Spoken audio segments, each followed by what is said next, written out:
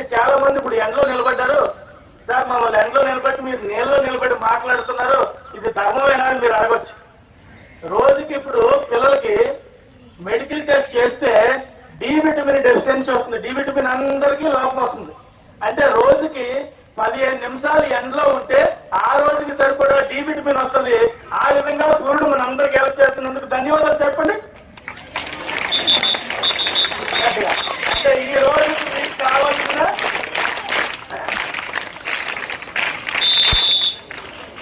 D vitamin మనకు వచ్చేసిందంటే మనందరం ఆరోగ్యవంతులు అన్నమాట. ముందు ఆరోగ్యంగా ఉంటేనే ఏ పనైనా చేయగలరు. తర్వాత అమ్మాయి, మనందరూ అమ్మాయిని మోడల్గా తీసుకోవాలండి. 10th, ఇంటర్, ఈవెన్ గొప్ప గొప్ప వ్యక్తులు కూడా స్టేజ్ మీదకి వచ్చి మాట్లాడమంటే కాళ్ళు వణికిపోతుంటాయి.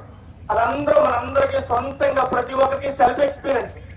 కానీ అమ్మాయి చాలా విశ్వాసంతో వెనక్కుంటా వచ్చి నీట్ గా అమ్మాయి ఏదైతే చెప్పాలనుకుందో చెప్పింది. ఒక్కసారి గట్టిగా